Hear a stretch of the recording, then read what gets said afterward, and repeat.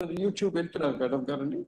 Okay, welcome to the Talk the Book Show of AP State Council of Higher Education, which was inaugurated about 2.5 years back by Professor K.M. Chandrareddy Garu, Chairman, AP State Council of Higher Education. This program is just to inculcate a habit of book reading among the young generation who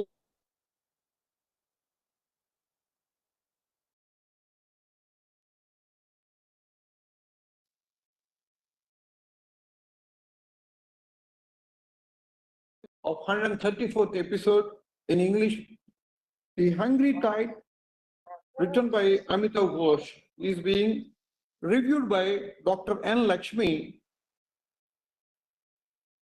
Dr. N. Lakshmi is both with MA Psychology and MA English and MPhil and PhD, and qualified in the UG Senate as well. She's working as assistant professor in English and head of the department, Government Degree College, Ramachandrapuram. So she has got her own experiences of 16 years teaching experience with UG as well as the PG students in English. And she is interested in eco-criticism and language cultural studies, business communication and psychology, Commonwealth and comparative literature. He has presented more than 60 pages in eco-criticism and linguistics, Commonwealth and comparative literature. Published about 42 papers with ISBN and ISSN numbers. Lifetime member of the Association of English Studies of India, member of the ELTA Computer Technology SIG, and also a member of ELTA Literature SIG. Acted as review of Dialogue Journal for the special issue on CD Narasimhaya Garu during 2020-21.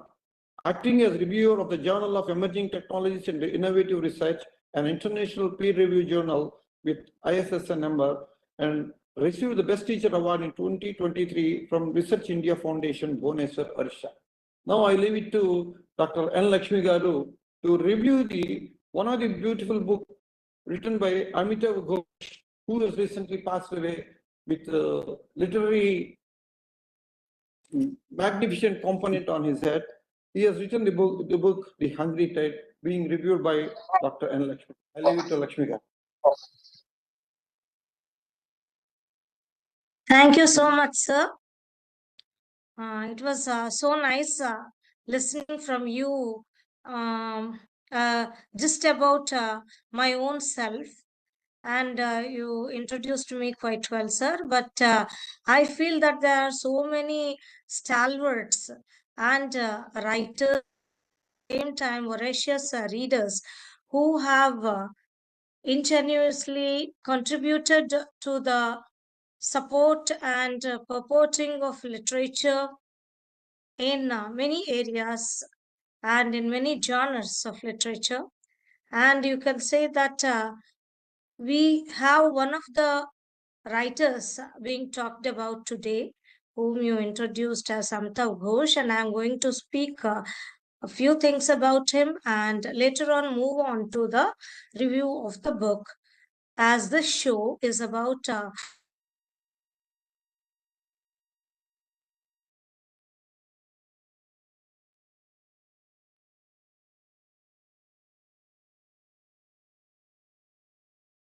Chandra Reddy Garu, professor and a renowned intellectual, an academician and administrator at the same time.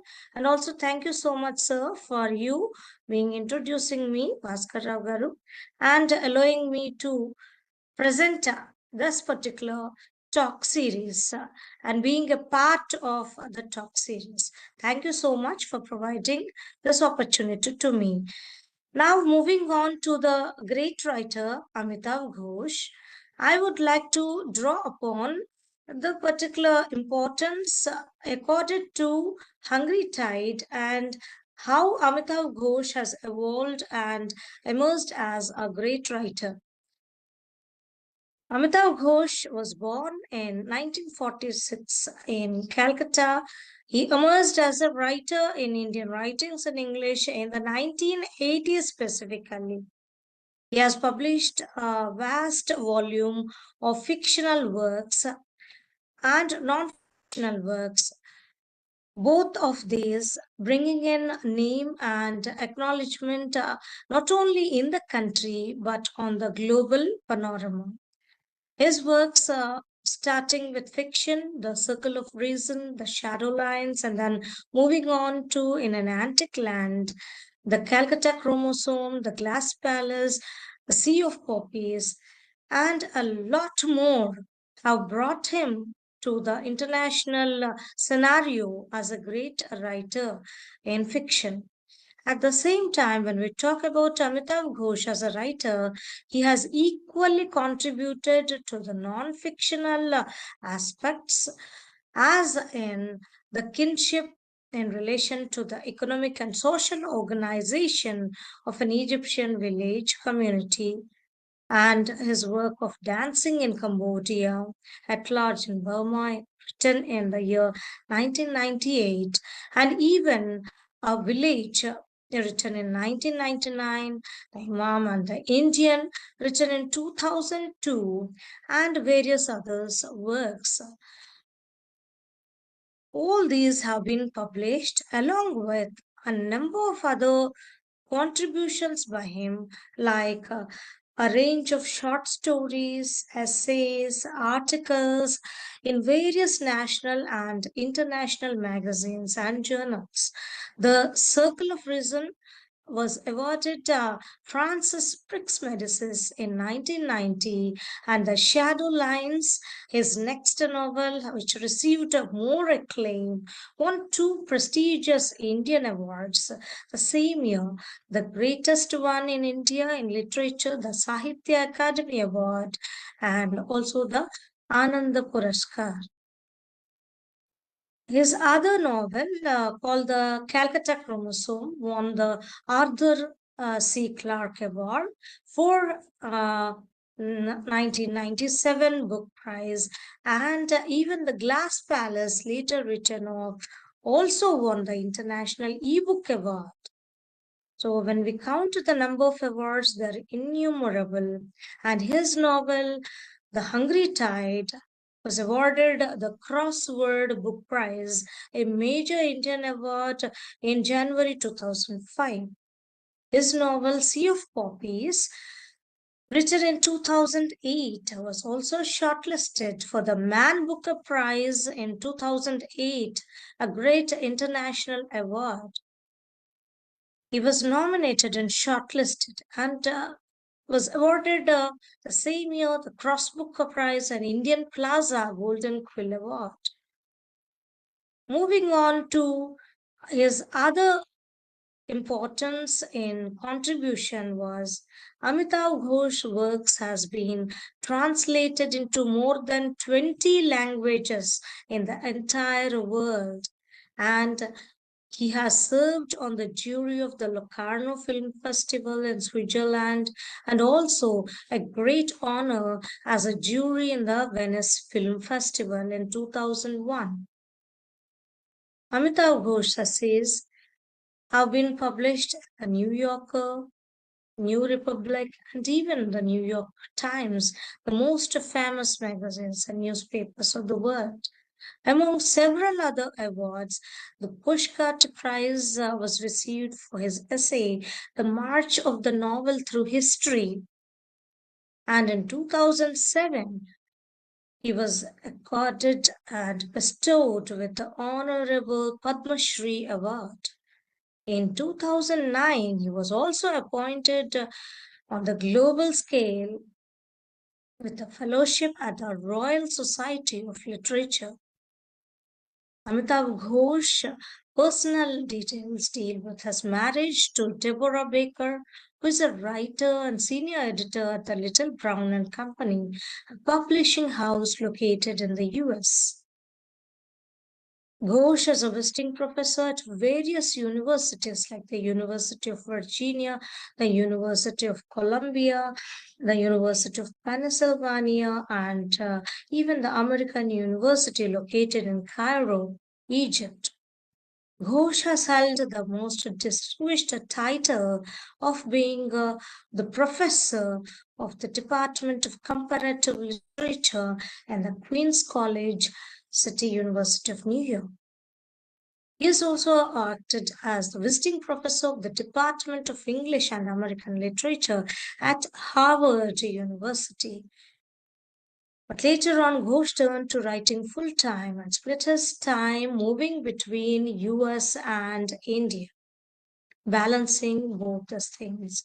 His contemporaries at Doon School included the great writer Vikram Seth and even the historian Ram Guha. They were his friends and contemporaries at Doon School. While at school itself, he contributed regularly to fiction, poetry, and contributed to the Doon School Weekly, which was edited by Vikram Seth, and founded the magazine History Times along with Ram Guha. When we talk about Amitav Ghosh writing, it deals with a variety and a wide range of epic themes of travel writing, of diaspora, of history, memory, political struggle, communal violence, and even crossing over to the dealing of love and loss, anthropology, climate change, social issues, political issues, crossing the generic boundaries between various disciplines in one word. His first novel, The Circle of Reason, in 1986, follows the Indian protagonist who suspected of being a terrorist leaves India for Northern Africa and the Middle East, blending elements of fable and picaresque fiction.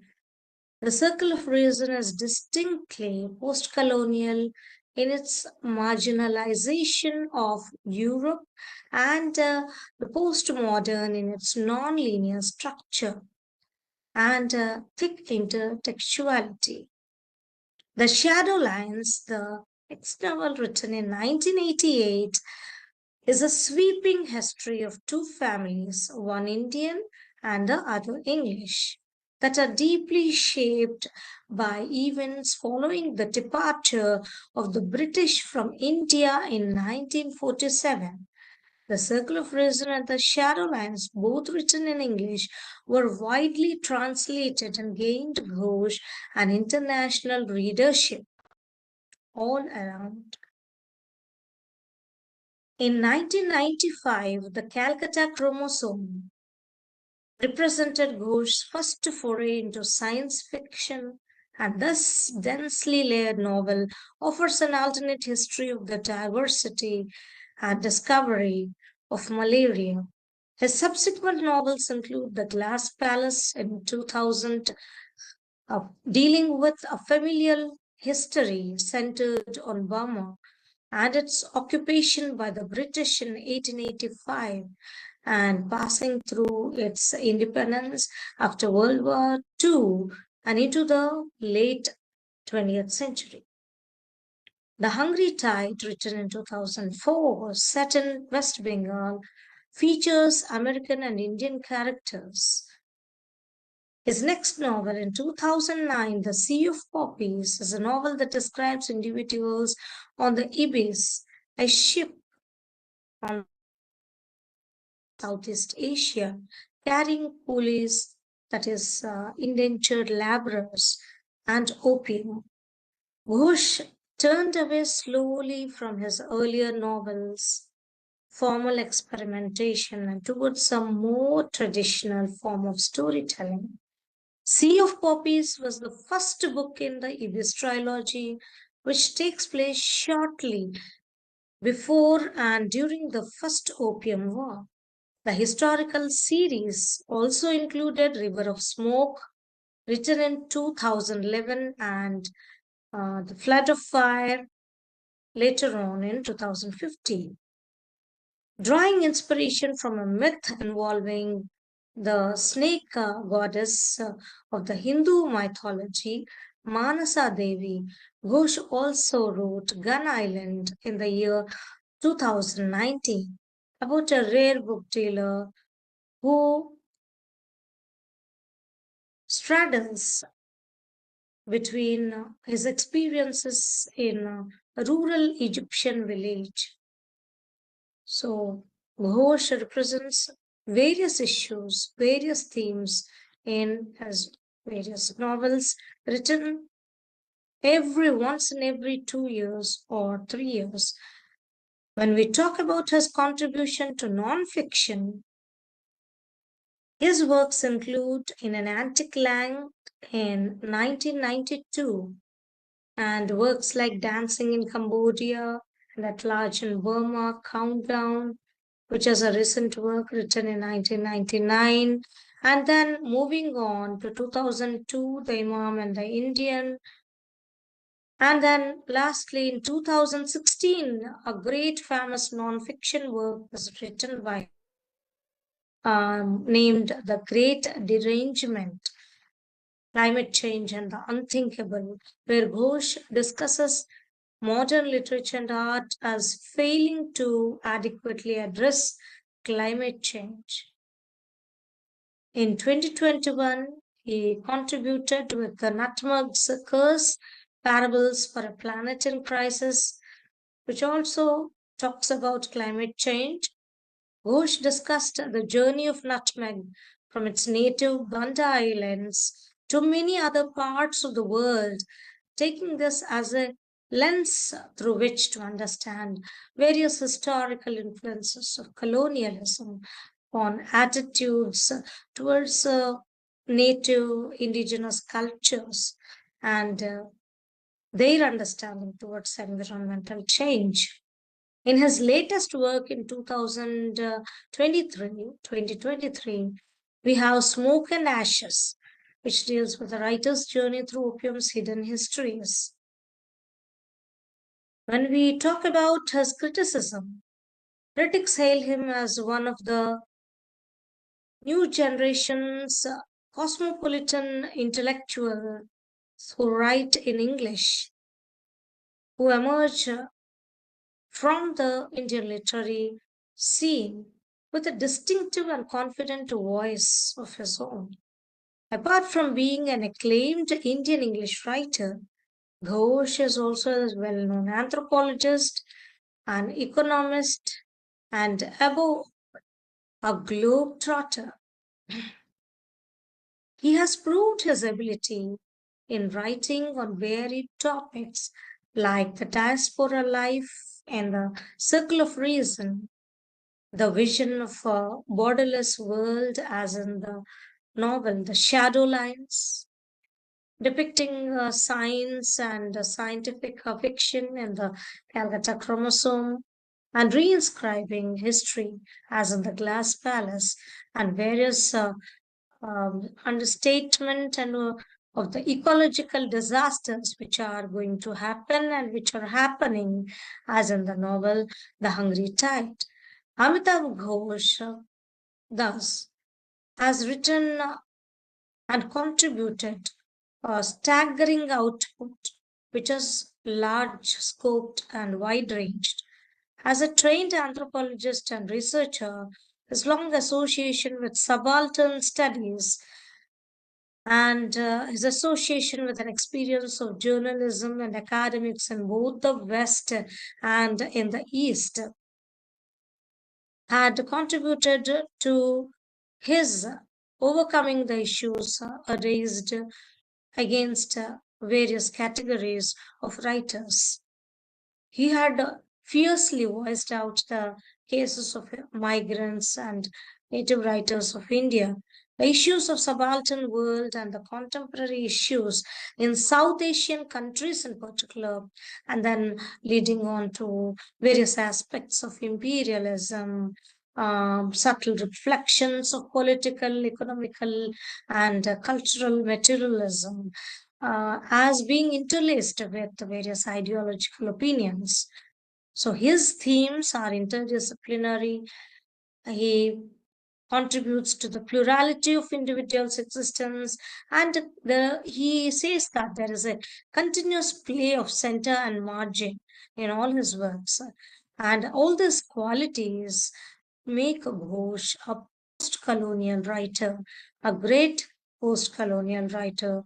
Sheila Reddy has also remarked about him that Ghosh has portrayed many communities, made and unmade, or as remaking themselves against a wide backdrop, but the focus falling mostly on the individualistic struggles, individualistic characteristics. So he is obviously Ghosh has cleared a space in his definition of writing so that the term for what he does is happily included historical research, fiction, social commentary, and in a word, the freedom to invent new forms to bring about a locus of change in the society and their thinking. So Ghosh's fictional themes emerge from his transnational experiences. Born in Calcutta, Ghosh had settled down in New York. His marriage with the baker brought into his life a dual identity in familial relations. The worldwide tour he has conducted, utilizing research funds in his youthful days, has played a leading role in molding him into a great international writer of repute. His life in New York enabled him to understand the various patterns of life and the culture of the diasporic individuals. At the same time, a thorough knowledge of Indian culture, deeply rooted in India, has also helped him to speak authentically about his own culture and the diasporic culture, which is located in other countries. So his doctorate in philosophy was based on the research that he had conducted in Egypt. He visited Burma when he was much younger, and he loved the place so much that through the glass palace, he has brought out the little marginalized country into a limelight. His visit to the tsunami hit areas of the Andaman Nicobar Islands opened before him the grotesqueness of the great wreckage and havoc caused by the hungry tides, which forms the basis of the novel, which we are going to talk about. His other non fictional works are based upon the travel experiences he had in various countries like Cambodia, Burma, and his personal contacts with natives people, indigenous people he had met in each and every country, and the interviews he had conducted with eminent personalities. It's an imaginative rendering of the complex responses of a scholarly researcher and a great sensitive writer of the agonizing process of the evolving of a nation. Amitav Ghosh novels deal with the most contemporary issues, not only the pre-partition, post-partition issues, but also the most contemporary issues, such as modern man's perennial problems of alienation, identity crisis, the quest for freedom, his existential crisis on this planet. He is the leading post colonial writer in English, Indian by birth, but always global in vision. In the novel for discussion, the novel delves into various themes of cultural exploration, ecological preservation, the quest for belongingness, etc. The landscape and the inhabitants are portrayed quite vividly with multiple layers of deep inner meanings. So we will come to know about it when we talk about the novel The Hungry Tide. Moving on from the author's introduction and author's themes and the various contributions of Amitav Ghosh, I now move to the rendering of the novel The Hungry Tide, written by Amitav Ghosh. The present study, which deals with the novel, is nothing but it's based on the assumption itself that the novel itself reflects a confluence of historical themes, a confluence of history and human insights through various ecological reflections. This novel is one of the greatest books which is contemporary story of disjunctions, dislocations, destabilization, etc. This combines generic elements of post-colonial utopia, romance, and ecological thrillers in order to excavate the neo-colonial discourses and historical processes which have produced cyclical violence, social corruption in India, and even environmental degradation. History no longer remains an unalterable construct, limited to one country, limited to one space, or limited to one specific period of time. When we talk about the fabric of history, it deals with collective memory and also social time within which fiction itself and has become the subject to profound interrogation and transformation. In the novel, The Hungry Tide, there is a reflection of deep ecological views and an innate exposition of social ecology, which brings forth the different concerns expressed through different characters and imagery into limelight. The voice of the common man, his struggles, his sacrifices, which went unnoticed in the annals of history. They began to acquire a prominent place in the pages of fiction, and particularly in the novel The Hungry Tide, portraying nature and also the influence of eco-criticism, speaking about various centralized power structures and also an eulogism of the current political, cultural, social, and economic policies, exposing the plight of the subalterns, the marginalized, and the oppressed. So, this novel needs a great innate exposition. When we talk about the novel's title, The Hungry Tide, the Hungry Tide, the title itself stands for all the catastrophic aspects, all the kind of drastic aspects of scenery produced both by the environs and also the people. The hunger is both external and on the surface or primary level. It's indicative of the hunger of individuals, their attempts to understand, to connect to the terrain, to connect to the landscape. The external is indicative of the cyclones, the tigers, the various ways in which some mythological characters are introduced, which are harmful to the very existence of human beings. The hungry tide is thus the combined tides of many small and large rivers, in fact, which flow into the Bay of Bengal, bringing both life and death to the Sundarbans area. The region which constitutes the background of the novel is the Sundarbans, and there is a consistent struggle between life and death, between existence and fear. The characters and the land change from victims to victimizers and vice versa, sometimes sweeping away all the cultural constructs of differences. The novel shows how nature possesses the same moral understanding and natural rights which are accorded to human beings.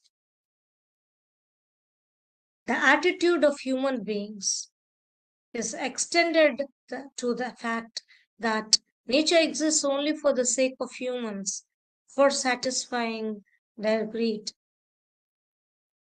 But this attitude is extended in reality to all the rivers, all the landscape, all the species, and all social systems, which are all intrinsically built together, connected together, all in an ecosystem or related to one ethnic group. This happens in the novel The Hungry Tide too, as it encroaches from the protection of one single species of the dolphins, the Irrawaddy dolphins, by Pia, who comes here from the US to rescue and to research upon the Irrawaddy dolphins who are becoming extinct. And through her eyes, she sees everything and she enters into the broader understanding of the conservation, of the preservation, of the need for protecting different species and even different human groups. The settlers, the migrant settlers, the indigenous natives who are being relocated by the recent commercialization of the areas. Amitav Ghosh novels thus deal with the most contemporary issues. Ghosh questions the very basis of modern nation states. Man made borders are all shallow and unjustifiable. There is so much which is being documented through the novel The Hungry Tide as to what happened in the lives of ordinary people, and so called chronologically ordered histories of historical characters are subtly dovetailed into his novel, like the incident of the Moorish Chapi massacre, making explicit a confluence of history and human insight. The strategy of subversion, a common feature of post colonial histories, is visible in this novel in particular. Ghosh concentrates on human well being as well as of the animals. The threats today that preoccupy environmentalists are not only about wildlife and wilderness, but also which deal with human health, food, and shelter. Scott Slavick's definition of eco-criticism holds true for Ghosh's novel The Hungry Tide. Ghosh prophesies in The Hungry Tide an impending global ecological crisis and tries to suggest solutions for the problem through the voice of various fictional characters like Pia, who comes from the US, Kanai, and even the native Fakir. The dire necessity of the day was to protect the fauna and flora and aquatic animals. But slowly there is a rendering of the human essentiality, somehow juxtaposed with the existence of nature itself. Both are needed to have a nuanced understanding of the space history and the space time and the importance of land and its affinity.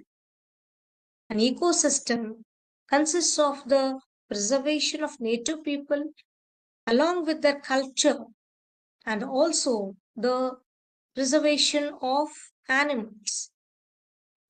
So, the combined approach is being suggested in this particular novel. Ghosh provides an interesting subaltern perspective with Neelima, an earlier settler who records the human animal dynamics in the tide country. She says, just imagine that the forest department is providing water for tigers in a place where nobody thinks twice about human beings going thirsty. So the inhumanity of the people and the inhumanity of the governmental reforms is also being indirectly criticized through the character of Nilima. The representation of Sundarban region as an eco-sensitive place in the novel is a project of intense research into the geopolitical and cultural aspects by the novelist himself. The protagonist of the novel thus narrates the tidal land from a quasi-scientific position of power, of privilege. So, ecological concerns, environmental concerns are all as important in the Hungry Tide, as does Ghosh Tales, not with just the concept of a single nation, but also with the life of its people. Because the migrant settlers who have settled in the Sundarbans area, most of them are refugees from Bangladesh. When Bangladesh became independent, lots of refugees have migrated to the Sundarban area. So Ghosh doesn't deal with the concept of a single nation or a nation with a boundary. He tries to blur the boundaries and he talks about the lives of the people, which is most important, who follow multiple religions, cultures, ethnicity in that particular region of the Sundarbans. So these are exquisite islands in West Bengal. It is written particularly against the backdrop of the partition of the erstwhile Pakistan into Pakistan and Bangladesh. So later on, it became independent as Bangladesh, and some refugees had migrated. The ensuing flood of refugees who were in search of better lands, better fields to settle, facing the gloom of their unsettlement in Bangladesh, is being brought about nicely. The interface of the humans and the physical environment of Sundarbans, the historical episode in politics involved in Morris Chape rebellion and its cruel suppression by the Bengal government nicely outlined. The Morris Chape rebellion is the harshest rebellion which had occurred, where many settlers were being shot only for the sake that they have resided there as refugees.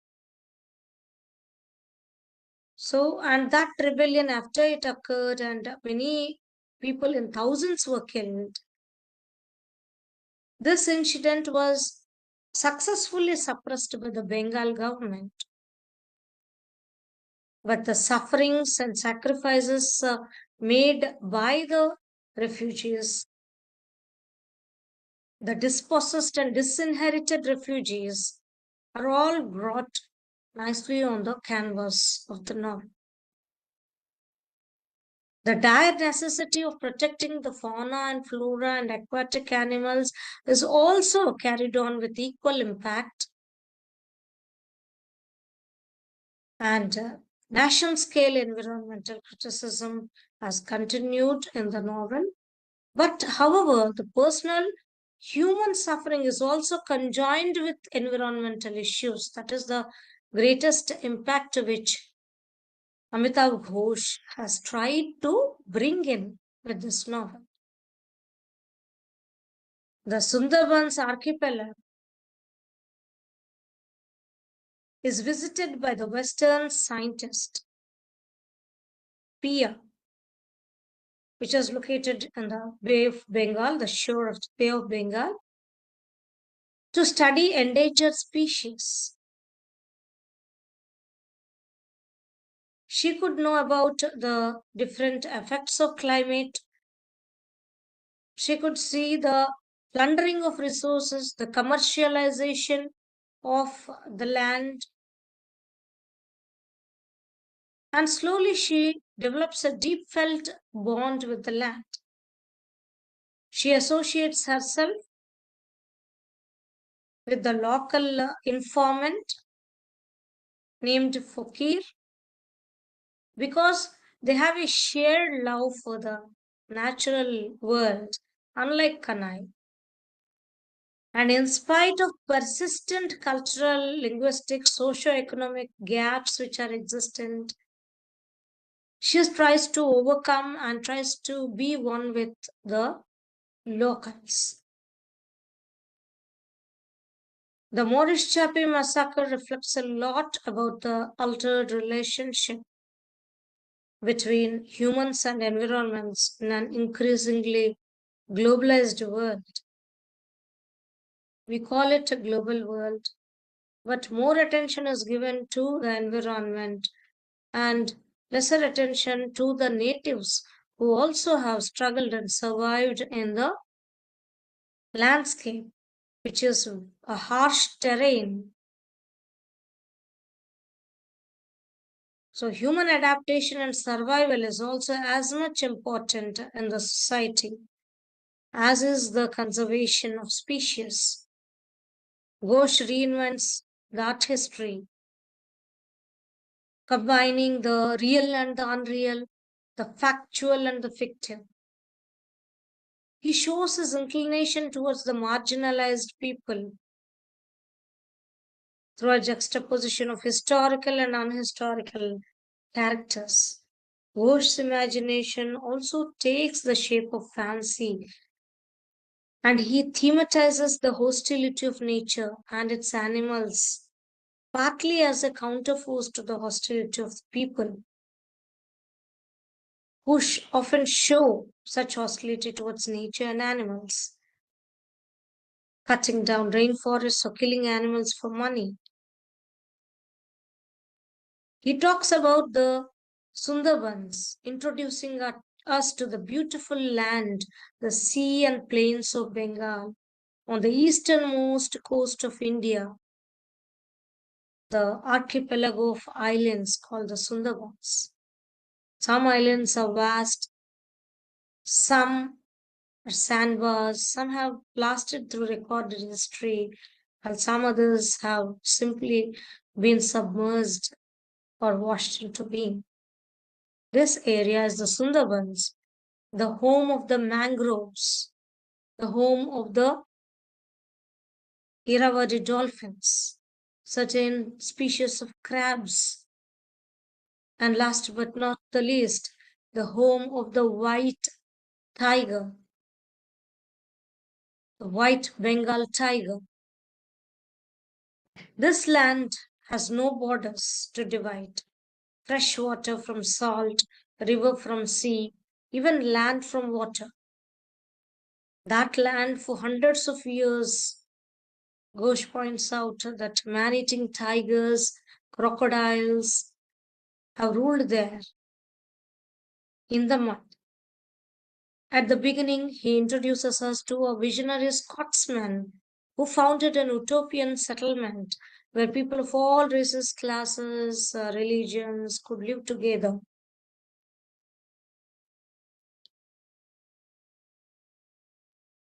The Sundarbans is introduced as the largest single block of mangrove forest area, one of the largest reserves too for the Bengal tiger. There is a confluence of three rivers there. The Ganges flows, the Padma, the Ganges, a tributary of the Ganges flows there. The Brahmaputra and even the Meghna river meet the sea. It's a confluence of three rivers. Sundarbans in Bengali means a land wholly volatile and unpredictable, but a beautiful forest. But this forest in the novel, as Ghosh brings out, comes with its own risks and dangers. Every species has the rightful claim to exist on Earth, and this chain is unbreakable. Mangroves have in fact become natural barriers since age old against natural disasters, and they are the essential members of the existing ecosystem. Conservation of mangroves is essential for the protection of coastal ecology, and Sundarbans is being reflected and shown as the greatest disaster prone region, as most of the mangroves have been removed due to commercialization, due to the settlement of people there, and also the bringing in of various multinational companies and even Indian corporate giants like the Sahara have entered there to establish resorts. Here, Ghosh warns humanity against the ideas of development, just as Vandana Shiva has pointed out, as maldevelopment.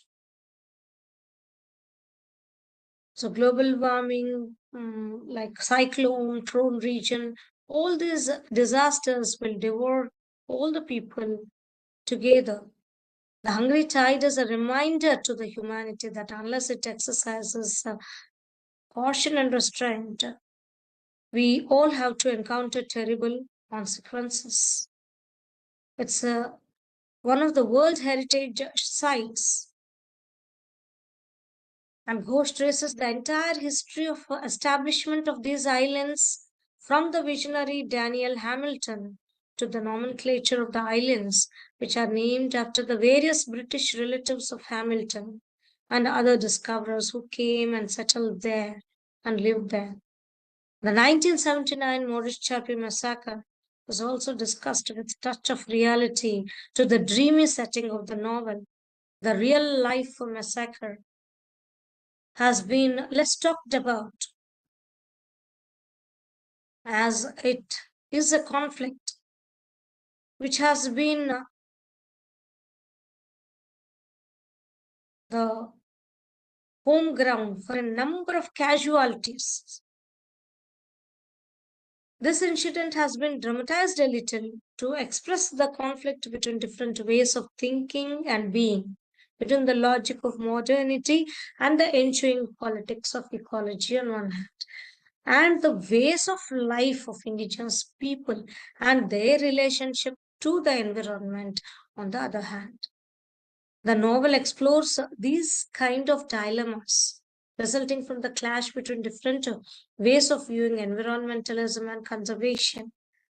So Pia, in fact, tries to know about it, and Pia comes here as an Indo-American marine biologist, travels across this watery labyrinth in search of the once plentiful Irrawaddy dolphin, which had existed in the Sundarbans area. She also meets a sophisticated Delhi businessman, Kanai Dutt, a linguist and an interpreter, who has arrived in this region from New Delhi to retrieve his deceased uncle Nirmal's writings addressed to him. Nirmal and Nilima, his uncle and aunt, have settled here and lived there. Through Nirmal, a formal school headmaster and a erstwhile revolutionary, Ghosh recounts the entire history of the islands with a detailed account of the true story of the 1979 siege of Maurice Chappie, in which destitute squatters were brutally evicted by the Indian government in order only to preserve a wildlife sanctuary. Nirmal is an eccentric character in the novel, a radical Marxist, represented as a teacher in a school and later becoming headmaster in one of the islands of the Sundarbans called Lucy Bari. He is reminiscent of another eccentric teacher, Balram, in the Circle of Reason by Ghosh. Balram obsessed with pasture and phrenology, and while Nirmal with Rilke and radical Marxism. Nirmal represents another example of a character very much alienated from the world by language. He lives in a world translated through stories, fails to interpret it correctly, the practical reality surrounding him. He is a part of the socialist project beginning in the area. He sees himself as a revolutionary who wanted to bring about a transformation in the lives of the people, indigenous people of the Sundarbans. Nirmal also shares certain characteristics, but he is destroyed by the violent actions of the real world. Fakir is the only person who seems to exist in dialogic relation with all those different sensibilities in the novel. Since he lives in idealized harmony with the rhythms of the tide country, he treats nature both as dangerous and at the same time both as contributing to man's existence itself. He talks about the mangrove forest as a universe in itself. He talks about the dozens of people perish in the embrace of the dense foliage, killed by tigers, venomous snakes, and crocodiles. So he talks about his happiness towards nature, his identity with nature. At the same time, he also contrasts with the dangerous aspects of nature, with the dense foliage, which supports the tigers, the venomous snakes, and the crocodiles to kill indigenous people who live there. Nirmal in his journal introduces different languages used there. He talks about usage of Bengali, English, Arabic, Hindi, Arachnes, and who knows what else. So flowing into each other, they create a proliferation of small worlds all woven together. So he says there are people who exist in have from different faiths and different religions. Ghosh introduces the Sundarbans not only as a location but as a living entity endowed with both human qualities and with animal qualities, rooted in myth and attributing to nature its fury. In the Hungry Tide, Ghosh brings the river and the islands to life through the myth of the goddess of the Ganga, whose descent from the heavens was tamed by Shiva by tying it into his ash smeared locks, forming a heavenly braid, the godly river Ganges. So, this point is for Ghosh, the matted hair, is the dividing line between a space where the land contains the river and where the river becomes free and undone, just like the hair of Shiva, which is undone. The island itself symbolizes various things, a meeting point of divisions of different religions, meeting of differences itself. And Ghosh skillfully depicts this truly vengeful place where fantasy and reality constantly overlap. Nirmal identifies himself as one with the refugees who refuse to leave the island of Morichapi. But Kanai is a person who has left to for education and he has studied in New Delhi and he is an interpreter in Delhi, a translator in Delhi. But he comes up only with Nirmal's death to talk to Nilima, his aunt, and to read his journal, a diary written by him. So Nirmal realizes the imaginary nature of borders and crossing the water. There is another character called Kusum, who is an indigenous woman but is a strong, courageous woman who tells Nirmal that they had just crossed the border between the realm of humans protected by Born Baby and the realm of the evil Dukin Rai and his demons. We have a tint of mythology being introduced by the myth of Born Baby and the evil King Dukin Rai and his demons. So when Kanai starts listening to it, he could not understand it. In the same way, Pia could also not understand how this legend had affinity. The legend of Born Baby teaches the locals to establish negotiative attitude towards nature. The tiger goddess becomes the cultural artifact that binds culture and conservation. Nirmal tells of his surprise on seeing the religious book of the islanders, Bon Bibir Karamoti, Arthat Bon Bibir Johor Nama. He had a sudden surprise because the pages opened to the right as in Arabic, not to the left as in Bangla, but it was in Bangla folklore. So Nirmal is the first one to understand the tide country's faith is something very complex. It is not something so simple to understand. The tide country's faith is something which is one of the great Mohanas, a meeting not just of many rivers, but a circular country, a cycle which can pass through many directions from one place to another, blurring of boundaries and reaching for the insignificant self.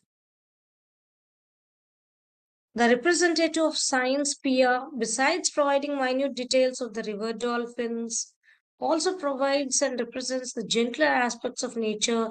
And she says that the dolphins are the messengers of God, they are beautiful creatures. And science and nature are being understood by her. But however, she enters into confusion when she learns about the tigers. Tigers entering into Lucibari tiger, the local tiger being represented as a physical presence and also as a mythological being in the local folklore in the personage of Dokin Rai, the demon tiger, the devourer of people. Bon Bibi is the goddess of the forest, a protectress of the forest workers who go for gathering honey and pyroid in the dense jungle. They perform various rituals to ensure her blessing.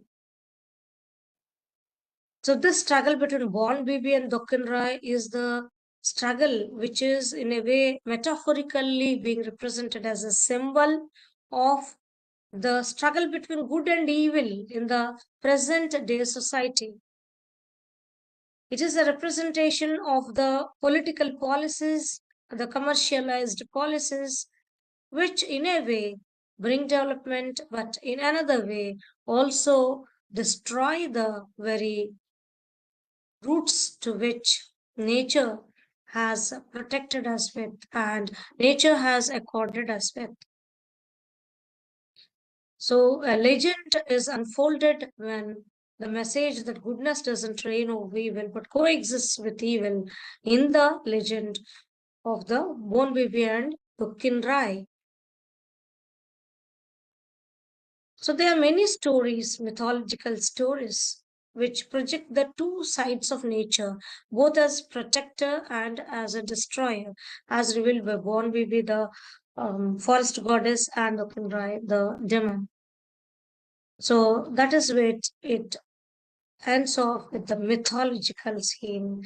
And then there is an agency of change which comes off along with this mythology when Pia understands that there is a tiger which entered Lucibari and has attacked people, and then people have formed together into groups and they're attacking the tiger, they're trying to kill the tiger. She doesn't understand why the tiger is being attacked and it is going to be killed. But there is both ferociousness in nature and there is also the contribution of purity in nature. Pia thinks that use of global positioning systems, GPS units, and the technology she brings in, the machines they have introduced, everything can bring in great and permit adventurers and scientists to encounter wilderness, to face the forest, to face the wild, to face the sea, to face the hungry tide. But all these take a backlog when they enter into the river. They enter deep into the river and enter into the Bengal. And then when a storm approaches and Fakir loses his life saving Pia. The success of such sort of projects and industries, the technological developments, Ghosh underlines that They might be pointed out as uh, ideals of socio-economic development, infrastructural development, educational facilities are created, and various ways of generating employment and business opportunities. But however, he says that the non-viability of flood recession, the loss in agriculture production, and the possible disappearance of various kinds of fish, aquatic species from rivers and wetlands would only mean starvation for all the local people, the poorer people, the people who belong to the subaltern section. So, growth and development should also be concentrated upon and should be researched in order to change the life. The panorama is further being changed by Nilima, Nirmal's wife, who is alive, and she is the aunt of Kanai Dutt, and Nilima runs a hospital in the area of Lucibari for the sake of the indigenous natives quite freely, because she sees that what her husband was involved in was politics and revolution, but she thinks that she is not a historical materialistic, but she feels that everything is interconnected. So both people and nature should be interconnected. She is popularly known as Mashima. She struggles against many severe odds in Lucibari. From even at the age of 76, she is heading the organization called the Badabon Trust, a model for NGOs working in rural India. The Badabon Trust helps the people, the indigenous natives, in medicine and supporting their daily activities. She also sells off some honey and all those rural and tribal activities which are being now depromoted by the modern business establishments. So she pays her efforts. She gets into the Mohila Sangathan. She starts the Mohila Sangathan, the Women's Union, to free the widows on the island from a lifetime of independence, from the Multani dependence, abuse, and exploitation. The union also offers medical, legal, and agricultural services for the sake of the natives. Several times a week, the union would gather in the courtyard of Nilima's bungalow to work on income generating projects, even involving knitting, sewing, and dyeing yarn whenever there is absence of any um, entry into forest or during winter days or rainy days. Later, the union is reorganized into Badamon Development Trust as the area of its function increases. Being the daughter of an eminent barrister and granddaughter of one of the founding members of she defies society to marry her love Nirmal, her teacher at college, in a civil ceremony. And all the time she spends in the tide country, she strips off the inflections of her urban upbringing and she becomes one with the locals. Learning the local dialect, she freely mingles with the ordinary folk of Lucibari. She keeps her work above everything else. She lowers down her social status. She removes all the colonial influences and her upbringing, and her social services, in fact, benefit all alike. The working of the trust defies the divisions of all superior and inferior race, high and low, and thus enables Nilima to establish a good order of equality and justice for all. So, when we talk about Kanai, he says that this is, after all, a remote world, a lonely frontier. But Lucibari is an extraordinary enterprise and it frames the entire heterotropic sphere of the Sundarbans, when we talk about Ghosh writing. Ghosh has, in fact, brought about the village as the center of all happenings. The village school, which was established, which encompasses many worlds, it's a visible reminder of the utopian dream of egalitarian country. And this is expoundedly brought about by Ghosh, both with the use of fantasy and a little bit of his narrative technique. The incursion of British surveyors in the beginning and planners into the thinly populated area has, in fact, a railway line being built, and then the installation of the barred and embankments have taken a heavy toll of deforestation. Like so many places in all parts of the world, the European powers have colonized and they have brought in colonial infrastructure, and they have planned and shaped the uh, layout and we can say structure of the island, the appearance of the island itself. In the beginning, it was the British. When Ghosh points out in the second stage, it is by the Indian government attempt to colonize and manage the rural refugees who became refugees at the time of partition and India-Pakistan war in East Pakistan in 1971. And in the third phase now, by the implication of another power, the West and the government is shown to play havoc in the life of the residents. By the West being talking about conservation and the government uh, imposing commercialized policies in such a place. So, introduction of commercialized resorts, commercialization of landscape, introduction of new projects has brought about havoc in the life of the residents and also changed the terrain and in a way has deteriorated and made the life of the species extinct. And the Western impact is that they talk of conservation projects.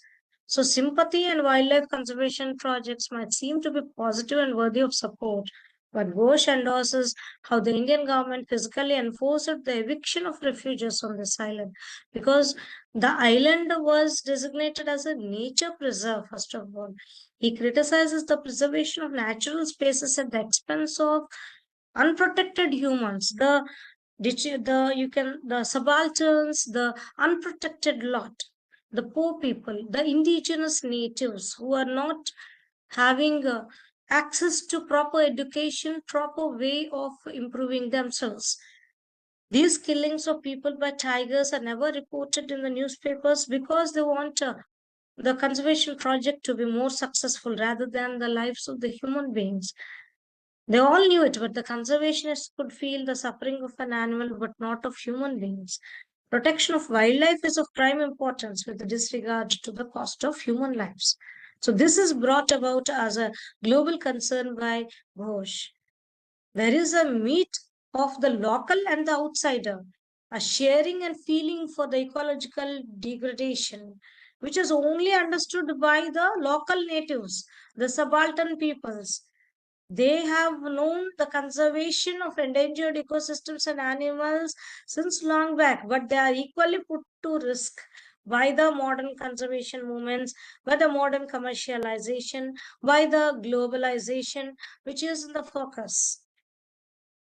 And the portrayal of the ruthless suppression of the Moorish Chapel massacre also goes lashes his tongue against the bureaucracy, which has least bothered about the welfare and well-being of the suffering subaltern settlers of the tide country.